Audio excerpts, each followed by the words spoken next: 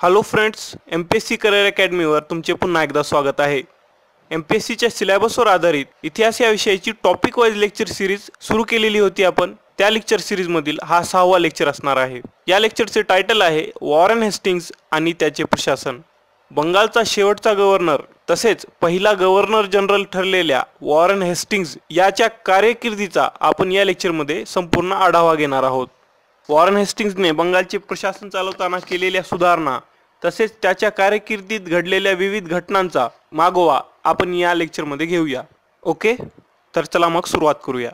या आधीच्या लेक्चरमध्ये आपण पाहिले होते की बक्सारच्या विजयानंतर रॉबर्ट क्लाइव्हला दुसऱ्यांदा बंगालचा गव्हर्नर म्हणून बंगालची व्यवस्था लावण्यासाठी पाठवण्यात आले होते। यावेळी तो 1765 ते 1767 या काळात बंगालचा गव्हर्नर म्हणून कार्यरत होता आणि त्याने आपल्या या 2 वर्षाच्या कारकिर्दीत बंगालमध्ये दुहेरी शासन व्यवस्था लागू केली होती।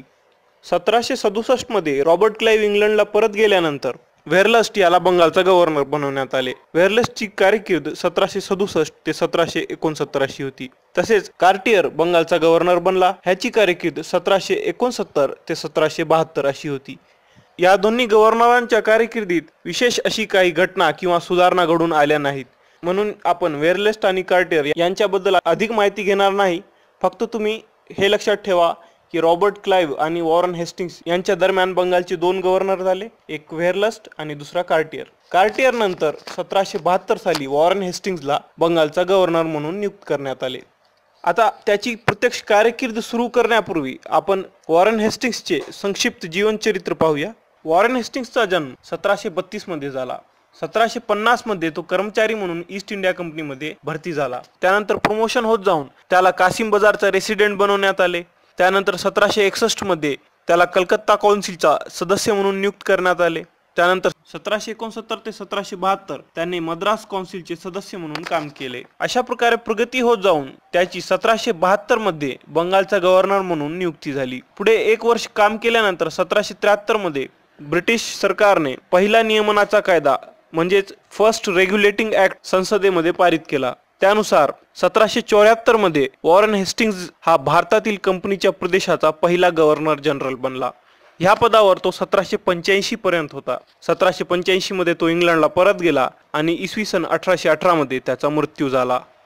बंगालचा गव्हर्नर म्हणून वॉरेन हेस्टिंग्सची नियुक्ती म्हणजे ईस्ट इंडिया कंपनीच्या इतिहासातील नवा अध्याय होता। परिस्थितीचे अचूक निदान करीत हेस्टिंग्सने बंगालमधील नवाबाच्या सत्तेचा दिखाऊ मुखवटा फेकून दिला व विजयाच्या अधिकाराने बंगालची सत्ता आपल्याकडे घेतली। आता त्याला बंगालमध्ये काम चलाऊ प्रशासन व्यवस्था निर्माण करायची होती। दुसरे म्हणजे भारतीय प्रथा परंपरांशी अपरिचित असलेल्या व्यापारी कंपनीला एक प्रशासन करणारी संघटना बनवणे त्याला आवश्यक वाटत होते। तसेच हेस्टिंग्सला कंपनीच्या आर्थिक अडचणी दूर करून कंपनीचा व्यापार अधिक वाढवायचा होता। त्या दृष्टीने वॉरेन हेस्टिंग्सने काही सुधारणा घडवून आणल्या।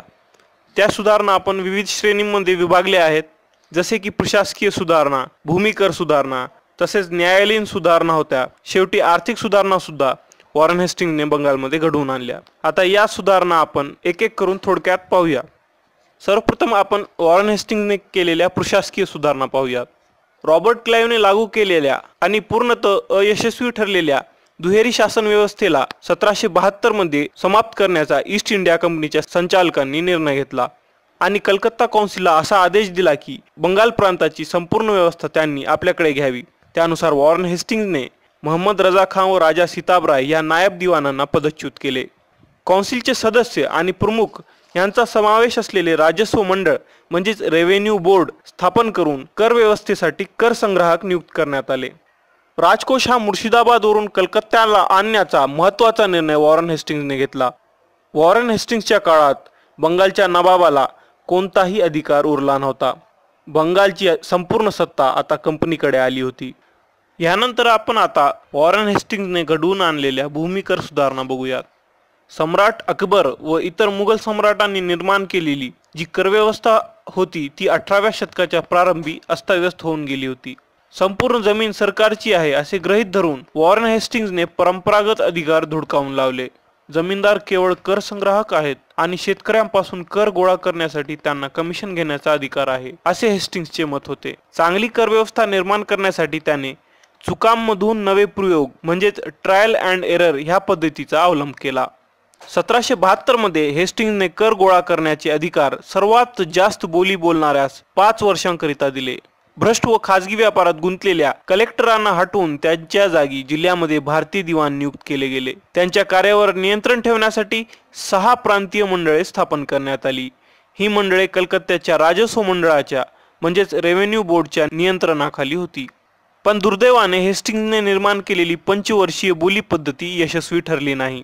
ह्या पद्धतीचा दोष म्हणजे भूमिक्षमता जास्तीची गृहीत धरून कराची जास्त रक्कम ठरवली जाई, मात्र प्रत्यक्षात तेवढी रक्कम गोळा होत नसे. त्यामुळे अनेक ठेकेदारांनी बोलीची रक्कम भरणा केली नाही.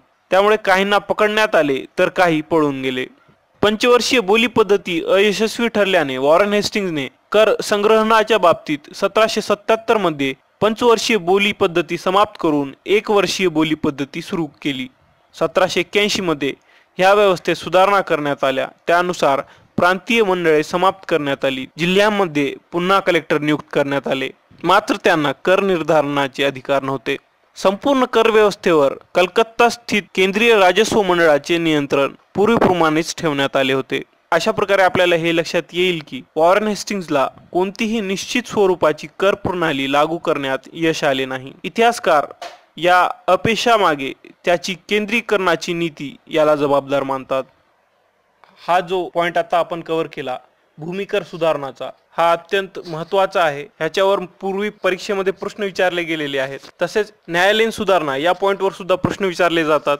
म्हणून हे 2 पॉइंट चांगल्या प्रकारे अभ्यासणे हे विद्यार्थ्यांना गरजेचे ठरते. तर आता आपण या पुढील वॉरेन हेस्टिंग्जने घडून आलेल्या न्यायालयीन सुधारणा पाहूयात. भूमिकर सुधारणामध्ये अयशस्वी ठरलेला वॉरेन हेस्टिंग्ज न्याय क्षेत्रातील सुधारणाबाबत बराच यशस्वी ठरला. वॉरेन हेस्टिंग्ज येण्याच्या आधी बंगालची न्याय व्यवस्था संतोषजनक नव्हती. जमीनदारच हे दिवाणी व फौजदारी खटल्यामध्ये निर्णय देण्याचे कार्य करीत होते. न्यायदानाच्या कार्यामध्ये भ्रष्टाचाराला खूप वाव होता. लहान लहान गुन्हेगारांना मोठमोठ्या शिक्षा होत, मात्र लोभी न्यायाधीश धनाच्या लालसेपायी खुन्यांनाही निर्दोष सोडून देत असत. हेस्टिंग्जने या पद्धतीला आळा घालण्यासाठी न्यायालयीन क्षेत्रात महत्त्वाच्या सुधारणा घडवून आणल्या. 1772 मध्ये प्रत्येक जिल्ह्यात 1 दिवाणी व 1 फौजदारी न्यायालय स्थापन करण्यात आले. दिवाणी न्यायालयाचा मुख्य हा कलेक्टर राहत असे. तसेच हिंदूंसाठी हिंदू कायदे आणि मुस्लिमांसाठी मुस्लिम कायदे वापरले जात. ह्या जिल्हा न्यायालयात 500 रुपयेपर्यंतच्या खटल्यांची सुनावणी होत होती. त्याच्यावर सदर दिवाणी न्यायालयात अपील करता येत होते. ह्या न्यायालयात गव्हर्नर व त्याच्या काउन्सिलचे 2 सदस्य न्यायाधीश म्हणून कार्य करत. जिल्हा फौजदारी न्यायालयात काजी, मुफ्ती व 2 मौलवी असा अधिकारी वर्ग होता. ह्या न्यायालयाच्या कामकाजावर कलेक्टरचे नियंत्रण होते. न्यायदानाचे कार्य हे खुल्या जागेत होत असे आणि तेथे मुस्लिम कायदा लागू होता. जिल्हा फौजदारी न्यायालयाच्या वर सदर फौजदारी न्यायालयाकडे अपील करता येत होते. ह्या न्यायालयाच्या कामकाजावर गव्हर्नर व त्याच्या काउन्सिलचे निरीक्षण होते. आता सर्वात महत्त्वाचा पॉइंट म्हणजे 1773च्या नियमनाच्या कायद्यानुसार एक सुप्रीम कोर्ट कलकत्ता येथे स्थापन करण्यात आले. त्याच्या अधिकार क्षेत्रात कलकत्त्याला राहणारे सर्व भारतीय व इंग्रज येत होते. सुप्रीम कोर्टात इंग्रजी कायदा लागू होता. सुप्रीम कोर्टाच्या प्रथम न्यायाधीशपदी इम्पे याची नियुक्ती करण्यात आली. वॉरेन हेस्टिंग्जने हिंदू व मुसलमान कायद्यांना लिखित रूप देण्याचा प्रयत्न केला. 1776 मध्ये हिंदू कायद्यांचे एक संस्कृत पुस्तक छापण्यात आले.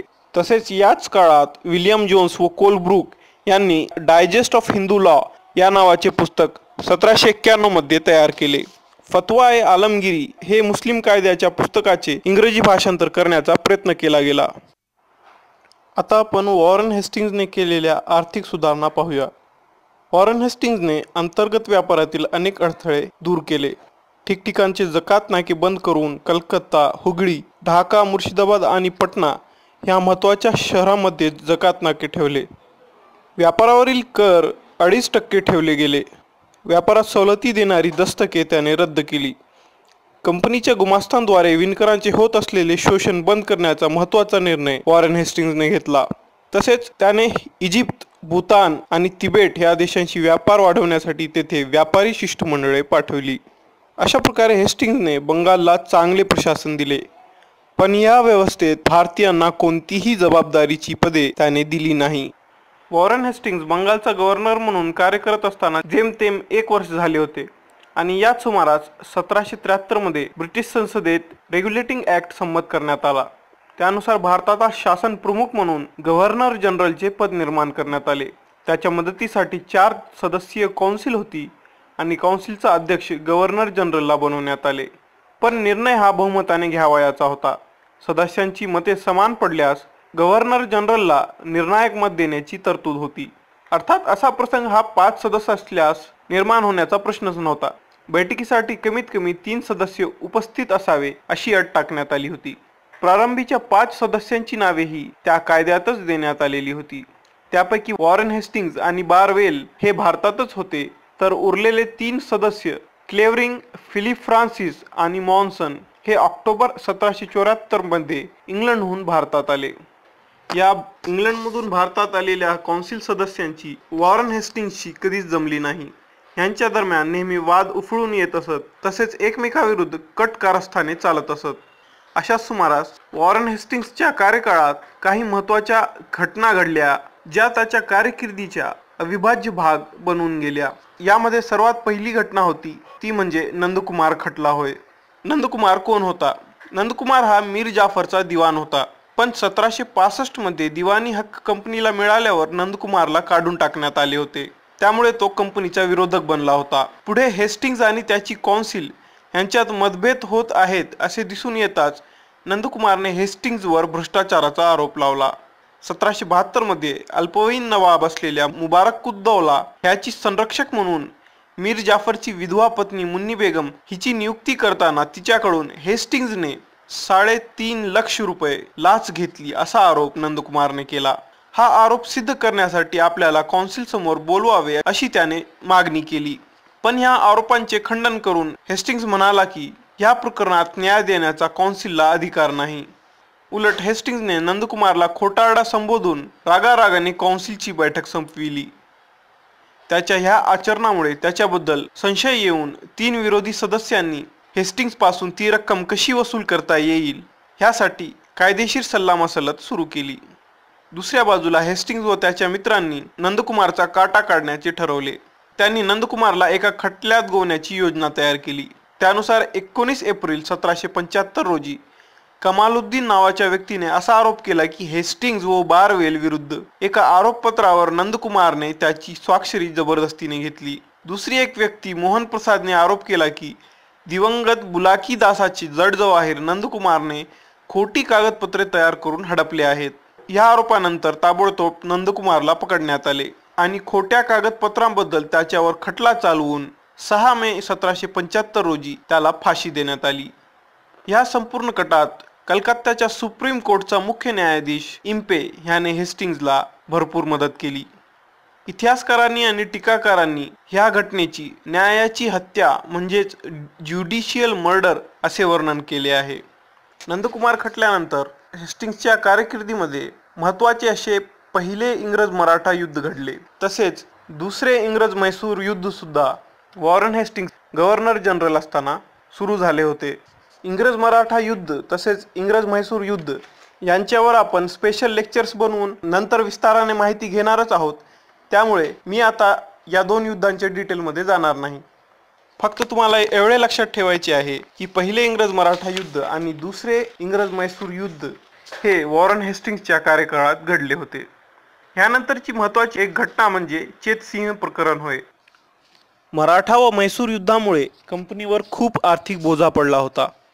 बनारसचा राजा असलेला चेतसिंह हा अवधच्या संरक्षणाखाली होता। 1775 मध्ये शुजाउद्दौला या अवधच्या नवाबाचा मृत्यू झाल्यावर अवधचा नवीन नवाब आसफुद्दौला ह्याच्यावर दबाव टाकून कंपनीने चेतसिंहाला आपल्या संरक्षणाखाली आणले।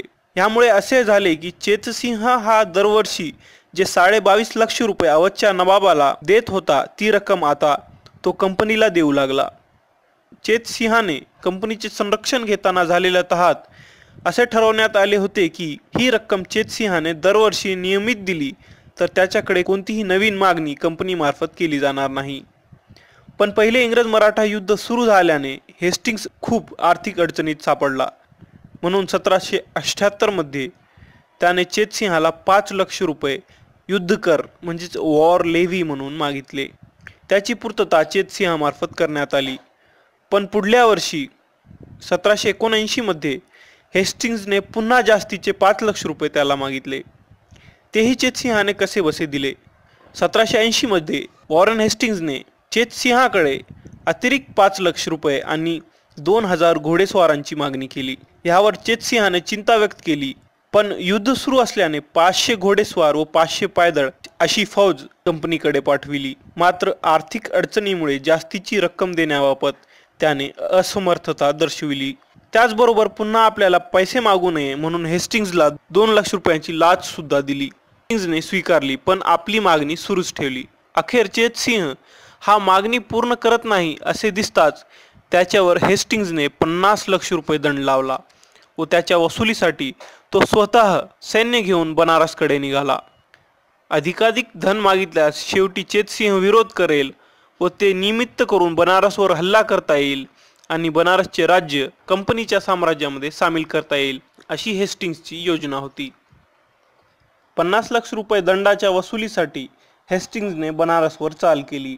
मार्गात चेतसिंहाने बक्सार येथे हेस्टिंग्जचे स्वागत केले आणि आपली पगडी त्याच्या पायावर ठेवली. पण हेस्टिंग्जने बनारसला पोहोचण्यापूर्वी ह्या विषयावर बोलण्याचे टाळले. मात्र बनारसला गेल्यावर हेस्टिंग्जने चेतसिंहाला अटक करण्याची आज्ञा दिली. हेस्टिंग्जच्या ह्या व्यवहारावर संतप्त होऊन चेतसिंहाच्या सैनिकांनी बंड पुकारले. ते बंड इंग्रजी सैन्याने दडपून टाकले, पण चेतसिंह हा निसटून जाण्यात यशस्वी झाला. शेवटी इंग्रजांनी बनारसच्या गादीवर महिप नारायण याला बसविले. त्याच्याकडून दरवर्षी 40 लाख रुपये देण्याचे कबूल करून घेण्यात आले. हेस्टिंग्जचे चेतसिंहाबद्दलचे वागणे हे पूर्णतः अनुचित, क्रूरतेचे व बदल्याच्या भावनेने प्रेरित होते. त्याच्या या वागणुकीवर भारतात आणि इंग्लंडमध्ये सुद्धा खूप टीका झाली आणि त्याला प्रचंड बदनामीचा सामना करावा लागला. चेतसिंह प्रकरणासोबतच अवध बेगमा प्रकरण सुद्धा हेस्टिंग्जच्या कारकिर्दीवर लागलेला काळा डाग आहे. अवध बेगमा प्रकरण नेमके काय आहे ते आपण पाहूया. अवधचा नवाब असलेला आसफुद्दौला ह्याच्याकडे कंपनीची काही रक्कम थकीत होती. पैशासाठी कंपनीचा दबाव वाढू लागला तेव्हा नवाबाने अवधच्या बेगमांच्या म्हणजे नवाबची आई बहु बेगम आणि आजी सदरुनिसा बेगम यांच्या खजिन्यातून ही रक्कम देण्याची परवानगी कंपनीला मागितली. ह्याआधी कंपनीने ह्या बेगमांकडून जवळजवळ 50 लाख रुपये घेतलेले होते आणि त्याच वेळी आश्वासन दिले होते की ह्यापुढे पैशांसाठी बेगमांना त्रास दिला जाणार नाही. त्याचमुळे नवाबाची मागणी हेस्टिंग्जच्या पथ्यावर पडली होती. त्याने अवधचा इंग्रज रेसिडेंट मिडल्टनला असा आदेश दिला की बेगमांना इतके त्रस्त करून सोडावे म्हणजे त्या नवाबाच्या इच्छेनुसार वागतील. त्याप्रमाणे इंग्रज फौजांनी बेगमांच्या महालावर आक्रमण केले, तेथील दासदासींवर अत्याचार केले आणि शेवटी बेगमांना 1,05,00,000 रुपये देण्यास भाग पाडले. हेस्टिंग्जच्या ह्या व्यवहारावर इंग्रजांकडून तसेच भारतीयांकडून कडक टीका करण्यात आली. सैन्याच्या देखरेखीखाली स्त्रियांकडून जबरीने धन घेणे घृणास्पद होते असे इतिहासकारांनी लिहून ठेवले आहे. अशा प्रकारे वॉरन हेस्टिंग्ज याच्या कार्यकाळातील महत्त्वाच्या घटना आणि सुधारणांचा आपण आढावा घेतला. आता लेक्चरच्या शेवटी आपण वॉरन हेस्टिंग्जच्या कार्याचे थोडक्यात मूल्यमापन करूया. आधुनिक भारताच्या इतिहासातील शासकांमध्ये वॉरन हेस्टिंग्ज हा अतिशय विवादास्पद ठरला आहे. भारताची जबरदस्तीने लूट करून त्याने इंग्रजांच्या आक्रमक मनोवृत्तीचे प्रदर्शन केले. त्याच्या अन्यायी आचरणावर टीका करताना मेकॉले हा इंग्रज म्हणतो की न्याय, मानवता, तहातील अटींचे पालन इत्यादी गोष्टींना हेस्टिंग्जच्या दृष्टीने काहीच महत्त्व नव्हते. त्याला फक्त एकच गोष्ट माहीत होती आणि ती म्हणजे बळी तो कानपिळी. हेस्टिंग्जने बंगाल, बनारस व अवधला दुःख, उजाड आणि दुष्काळ यांची एक प्रकारे भेटच दिली. एका समृद्ध आणि धनाढ्य देशाला हेस्टिंग्जने उजाड व भिकारी देश बनविले. मात्र इंग्रज साम्राज्य वाढविण्यात त्याचे योगदान महत्त्वाचे होते. हेस्टिंग्जने आपल्या कारकिर्दीत काही बाबतीत चांगलेही कार्य केले आहे.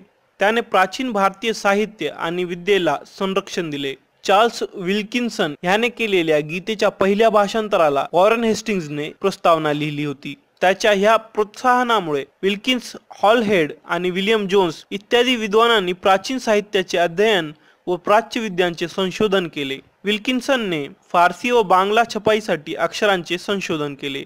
गीतेबरोबरच त्याने हितोपदेशाचेही भाषांतर केले. 1778 मध्ये हॉलहेडने संस्कृत व्याकरण प्रकाशित केले. याच वर्षी विलियम जोन्सने एशियाटिक सोसायटी ऑफ बंगाल ह्या संस्थेची स्थापना केली। आशियाचा सामाजिक व नैसर्गिक इतिहास, पुरातत्वशास्त्र, विविध कला, विज्ञान आणि साहित्य यांचे अध्ययन व संशोधन कार्य करणे एशियाटिक सोसायटी ऑफ बंगाल या संस्थेच्या स्थापनेमागील मुख्य हेतू होता।